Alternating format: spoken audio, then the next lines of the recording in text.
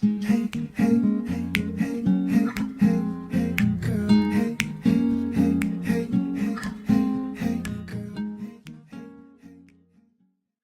Lauren. And I'm Arielle. And this is the DL Travel Channel. And today is the second video where we will continue discussing where the red fern grows. And so this video is going to be about coming of age in childhood. We're going to talk about Billy's coming of age and some of the things we noticed about his character, since he is primarily who the story is centered around. He is the protagonist, and you get minimal interaction from the other characters. Most of them don't even have names other than the dogs. Yeah. Everybody else is just kind of defined by their social role: mom, dad, sister, grandpa. But we're going to dive into Billy's character a little bit. So let's talk about some of his personality traits. What do you think? What about Billy? So the first thing I got from Billy was his purity. And I don't know if that's just a facet of his personality or if it's because of his age. But I just kind of got from reading about his character that he doesn't wish ill will on anyone. He's very determined, hardworking. He's very soft-hearted. You know, he's very optimistic. Just all the good qualities that you'd want to see in like a character you find in Billy, which I think is pretty rare. Usually when we're reading novels, you know, we're like, well, we like these parts of the character, but maybe not this part. But Billy's character is just so pure that it's hard not to like him. Absolutely. Lauren and I discussed, because as I was reading, I was struggling because I felt like there were some stereotypical gender roles in the novel.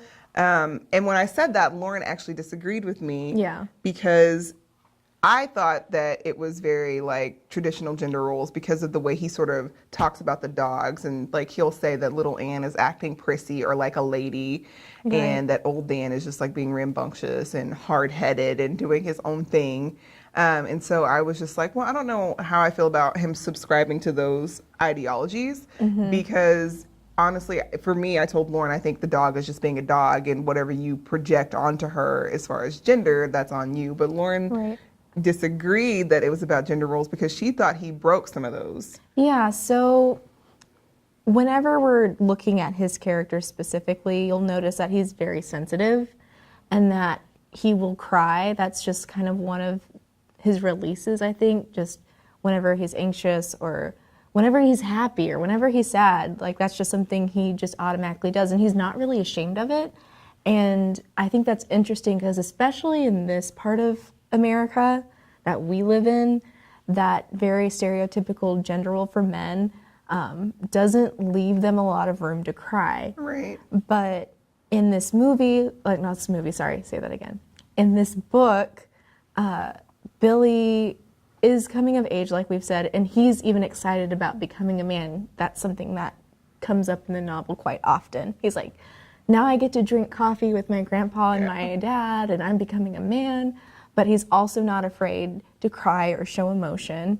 And so I think in that way that the author has broken the gender stereotypes in this. I think instead of being like, oh, well, that makes him weak, it's not described like that at all. It's just a facet of his character. It's just him being human and experiencing the world. Absolutely. And it's very endearing to read. It is. And honestly, this is a book that I think I would recommend to young men and young women, but particularly young men, because I feel like Billy is very much just like a little boy who is going on adventures with his dogs. And, you know, he doesn't really show any particular interest in girls at this time. He's just kind of, you know, living his life. But like Lauren said, you know, he's doing these things that are traditionally very boy things, but he also has this other side where he's very sensitive, he's very caring towards his family, especially his younger sisters, and obviously he's very, you know, nurturing to his dogs. Like, you know, when they go on a hunt, he makes sure that the pads of their paws are taken care of. He cleans up all their wounds, and like she said, he will cry and do different things like that. So I think this is a good book for young boys to read because I feel like it will open up a space for them to realize that they could be both adventurous and both sensitive and emotional and take in these experiences and be challenged in different ways. Right. And, you know, fear is something that comes up, he will say, when he's afraid. And that's another thing that we notice about his character that I picked up on, probably because I can identify with it. He also has a lot of anxiety. So he'll worry about his dog's safety. And he'll worry about kind of what people think of him. When he goes into town, he experiences some social anxiety, and he's very sensitive to how his family is going to react to his behavior. And so when reading about his anxiety and his experience going into town, that really kind of elucidated for me, like, and brought back childhood memories, because I know that I experienced anxiety in childhood. You know, I would worry about things that I don't think children typically worry about, or maybe they do. But for me personally, it was like maybe my parents dying, or if a car drove down the street too slow, was I going to get kidnapped? Things like that. Things that I think, you know, were not clear in like immediate threats. I found myself fantasizing about and thinking about and worrying about. And I see some of that with him. And he also has some social anxiety when he goes into town. And I think that's, I don't know, that's fairly normal for I know Lauren and I both experienced that in childhood. I still experience that. So, like, when I'm looking back at my childhood, like, I definitely had social anxiety. Like, I didn't really know how to interact with the kids, you know, around me without wondering, like, oh, are they going to think I'm weird, or how do I approach them? And specifically, another thing that I had a lot of anxiety about, like, even to this day, I still struggle with is, like, changes. So, like, when I was in first grade, I came into class one day and my teacher had rearranged the furniture, and my parents said, like, I just stopped. I was like, what just happened? I was like, no. So, like, when I'm in a new setting, like Billy was when he went to somewhere he wasn't familiar with, he has a lot of anxiety. I also have that if I go to a new place, something I'm not familiar with. I have a lot of anxiety, and I don't know if every kid struggles with that, but I think you and I definitely did. I said, it's still there. It's still there to a degree. Do you still feel that way? Like, if you're going out with a new group of people, do you still experience it? With a new group of people? Yeah, because I'm like, oh gosh, you know, if I say this, you know, what are they going to think of me? We're just starting to get to know each other. How much of myself am I supposed to really reveal? Like, that's always been an issue with me. I don't know to what degree am I supposed to say or do things, because, you know, you can always worry, like, what if I step over a line and that completely severs, like, the connection that we're building right now? So I think especially with new people, it's a concern. What about you? I think it's a little bit harder for me to pinpoint, because I don't have those thoughts. Like, oh, really? You know, I don't worry about stepping over lines. True, you don't. I think I'm mostly worried about having a terrible time. Oh, that's true. You're like, if I'm taking the time to hang out with you, it better be worth it. I do think that's it. And then, you know, sometimes I feel the pressure, and you can do this to me, but I love you anyway. Okay. Like, I feel the pressure because when I'm anxious, especially in a social situation, no one knows except for me. Like, it's true. Because I can cover it up really well. So some people use me as a body shield, and I'm just as anxious and nervous as she is, but I'm better at hiding it. And so honestly, I really don't mind. Like, my mom, I was raised to be, my mother still does this to me. She's like, go talk to these people. And I'm just like, sure, Mom. Even though I'm just as nervous. But I think sometimes it's just hard for me always having to be so on for people. Right, because that must be exhausting. My highest value, you know, is to just be authentically me. Right. And so I think if I know I'm going to go into a situation where I have to be on, that gives me anxiety. And I'm just like, I don't really want to do this. I don't want to. So, yeah, you can ask Lauren. She goes out way more than I do. Yeah. People invite me places, and I'm just like, no.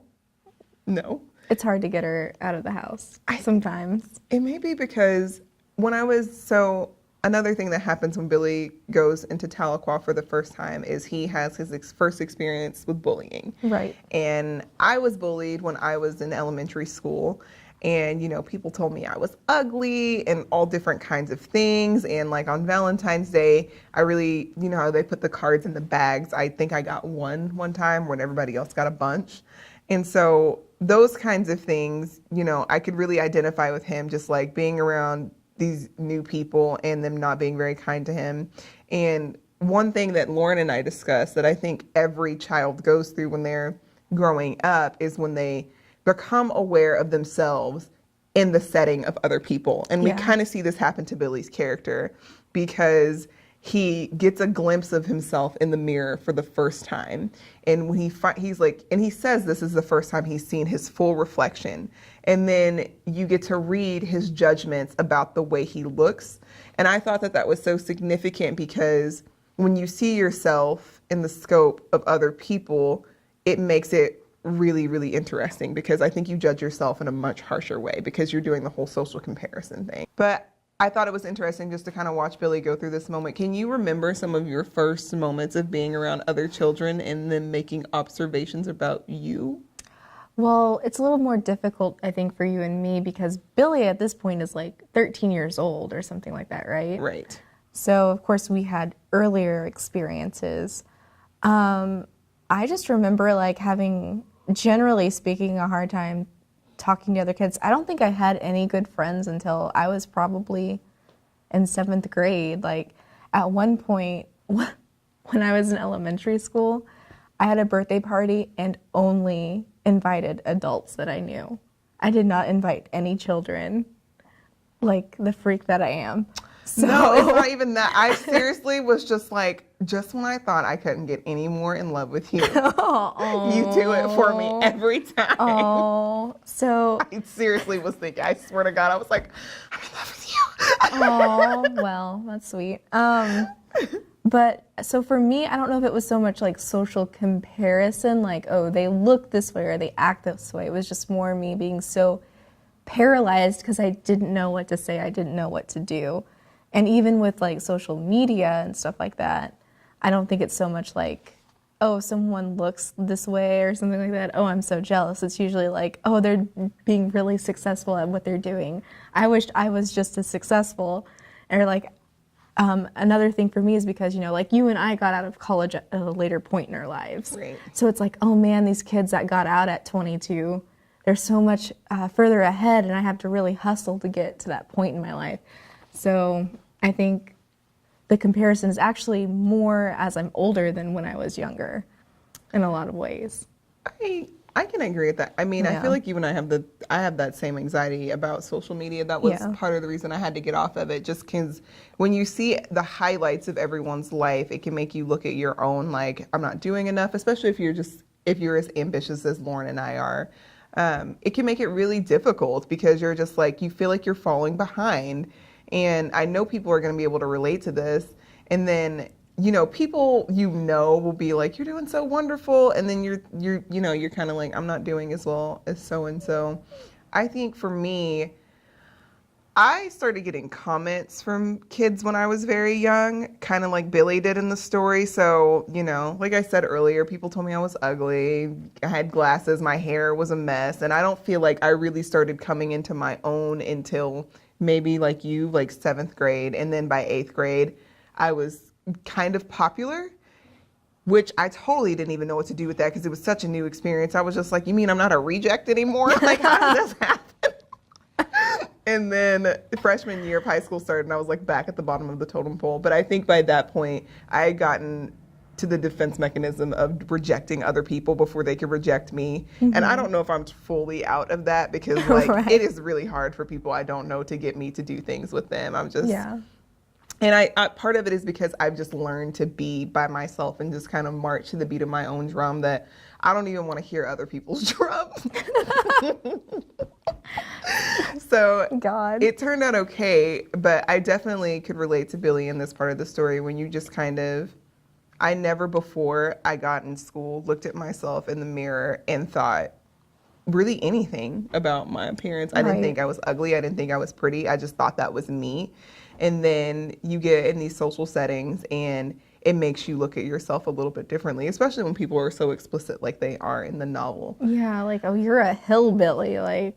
And they're not even necessarily judging him on looks. They're judging him on some of the things you worry about, like behavior. Right. Like, oh, you're going to carry your dogs in your backpack because he was doing breaking a social norm. Right. You know, and I think sometimes we can scrutinize people for that. And really, again, those are all social constructs. I mean, some things I agree with, like, I don't know if you should pass gas in an elevator. I think that's rude.